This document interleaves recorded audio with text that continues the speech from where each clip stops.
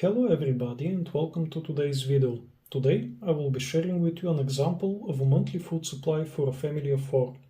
Before I get into the details, I want to start with a bit of context. Why on earth would anybody keep a month's worth supply of food? According to Red Cross guidelines, households should have at any given moment at least 3 days worth of food in the form of non-perishable, easy-to-prepare items in case of an emergency or disaster, which means 3 days at minimum, but preferably more. Of course, going to extremes, storing too much food can be impractical in terms of storage, keeping track of the expiration dates, and spending a large amount of money ahead of time. This is what 1 month worth of food for my family looks like. And some of you might say that 1 month's worth of food in case of a disaster is too much. Others might say it's too little, and this is kind of the point of this video. It is impossible to create a single universal food supply list for emergencies or disasters, because everybody has different food preferences, dietary restrictions, nutritional needs, different access to food types, storage and space, and financial means. So the best thing that I can share with you is not the list of specific foods that I bought, although I will include that too, but the logic that I followed while preparing a food stash for disasters. So, without further ado, step 1. Dietary restrictions.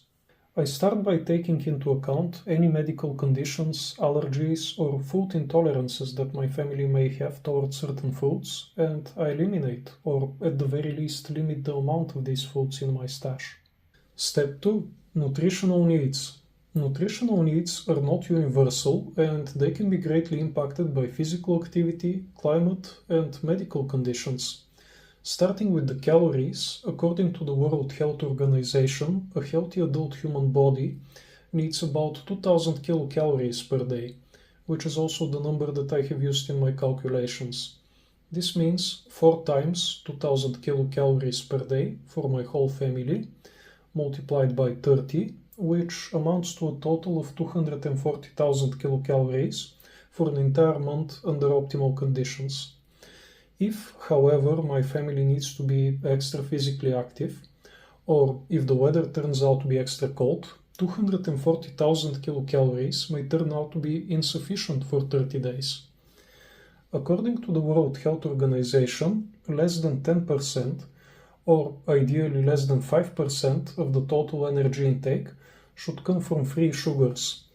Free sugars in this context means all sugars added to foods or drinks by the manufacturer, the cook, or the consumer, as well as sugars naturally present in honey, syrups, fruit juices, and fruit juice concentrates.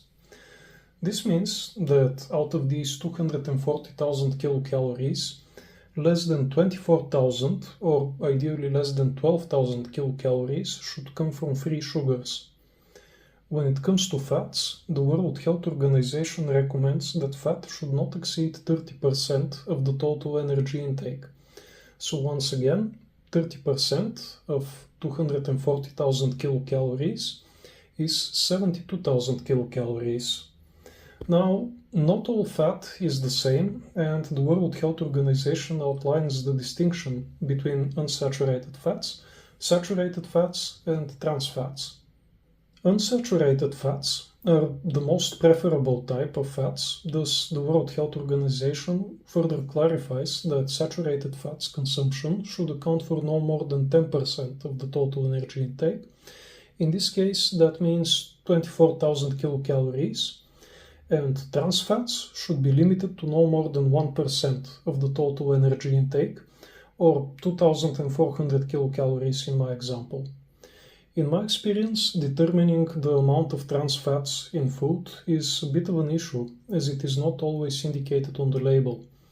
According to the World Health Organization, trans fats can be found within prepackaged snacks, fried and baked foods, cookies, biscuits, wafers, cooking oils, spreads, pies, frozen pizzas, and this is problematic when making an emergency food stash, because a lot of the long-lasting or non-perishable foods fall within at least one of these categories.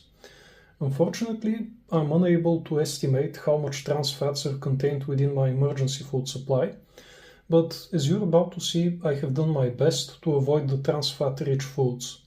Recommended daily intake of protein depends on the weight of the person, and according to the European Food Safety Authority, it amounts to a minimum of 0.83 grams of protein per kilogram of body weight. So, if you know the weight of your family members, you can easily calculate how much protein you would need for a certain amount of time. Also, be mindful of salt contained within or added to the food. The World Health Organization recommends consumption of less than 5 grams of salt per day, and they recommend iodized salt. At this point, you're probably thinking, you keep talking about percentages of the total energy intake, but most food labels don't display that. Instead, they display the quantity of carbohydrates, fats, and protein in grams per 100 grams of product. How do I convert weight into a percentage of the total energy intake, considering that carbohydrates, fats, and protein have different energy densities? Well, luckily, there is a formula for that. 1 gram of carbohydrates contains approximately 4 kilocalories, 1 gram of fat contains approximately 9 kilocalories, and 1 gram of protein contains approximately 4 kilocalories. When we multiply the individual weight of the nutrients within a food by their respective energy content per unit of weight, we get the amount of energy that each nutrient contributes to the total energy intake. After that, it's a simple matter of dividing the individual energy contribution by the total energy intake to determine the percentage. After determining what type and how much nutrients are needed, it is time to move on to step 3, which is food preferences. Food is one of those things that give us pleasure and brings us together socially, which is why food preferences should not be overlooked when making a food supply plan. At best, a food supply of tasteless food will sit unused, or at worst, it will lead to an unnecessarily more miserable experience in case of a disaster or a crisis. Just imagine how you would feel if you were in the middle of a disaster that has no positive outlook in the near future, and in addition to that, all you have to eat is disgusting food that you can't stand. Now, imagine the same situation, but with tasty food, allowing for some comfort meals here and there. Surely the flavor of the food won't solve your issues, but it can make a difficult situation feel a bit more bearable. Even if a disaster never comes, you will most likely avoid consuming the food that you don't like until it needs to be thrown away because it went bad, which is simply a waste of resources. When making a food stash for a month, it is important to consider how the food is going to be prepared and consumed both in case of a disaster, as well as in case that a disaster never comes.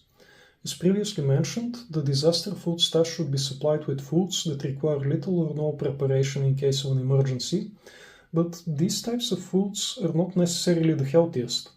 What my family does under normal circumstances is combining fresh food with some of the emergency stash food that's about to expire, and we regularly check and resupply our stash. Of course, when resupplying our stash, we take into account our food preferences by excluding foods that we don't like, and matching our preferred flavors to foods with appropriate nutritional values. It is tricky because we all have different preferences, and in addition to that, our preferences can change over time, especially if we would need to eat the same type of food for a prolonged period of time. So, food variety in terms of nutrition, flavor, and texture is important. When it comes to supplying food for my family, I start by excluding or reducing foods that we don't like, and I proceed with matching our preferred flavors to foods with appropriate nutritional values. Which brings me to step 4, making a shopping list. For this step, I prefer using Microsoft Excel.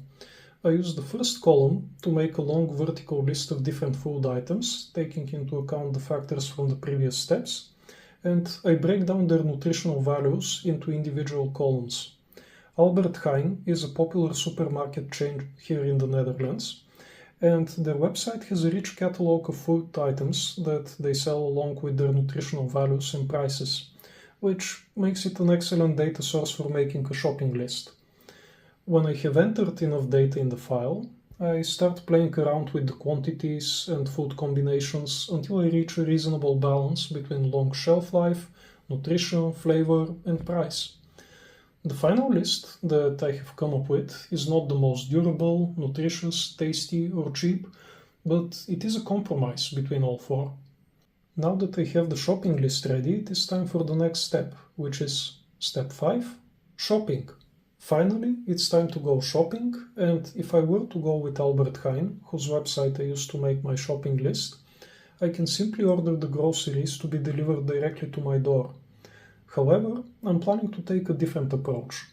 I will first visit some local farmers markets to shop for similar products, which is good for the local business and community, and in some cases can be even cheaper.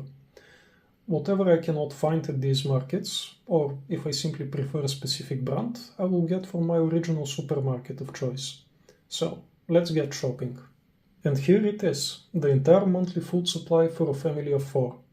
According to my original shopping list, I should have spent €675.98, and eventually I ended up spending €658.65.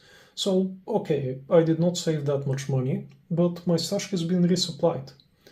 I ended up buying more or less of certain products because different brands package their products in bigger or smaller quantities, but I made sure that the total weight remains approximately the same as the one from my Excel file. Now that all the food is here, it is time for the next and final step, which is storage. Different foods have different storage requirements, so make sure to familiarize yourself with them. Different foods also have different shelf lives, so make sure to regularly check if the food is still good or if it's about to expire. As I mentioned earlier in the video, the plan for all this food is not just to buy and put it away, but to gradually consume it as it nears expiration in combination with fresher, healthier food, and promptly resupply the consumed food items. So this was today's video. Thank you for watching. I hope that you found it useful. If you did, please give it a thumbs up. And if you enjoy this type of content, please consider subscribing to my channel so that you may be informed when a new video becomes available. Stay safe, everyone.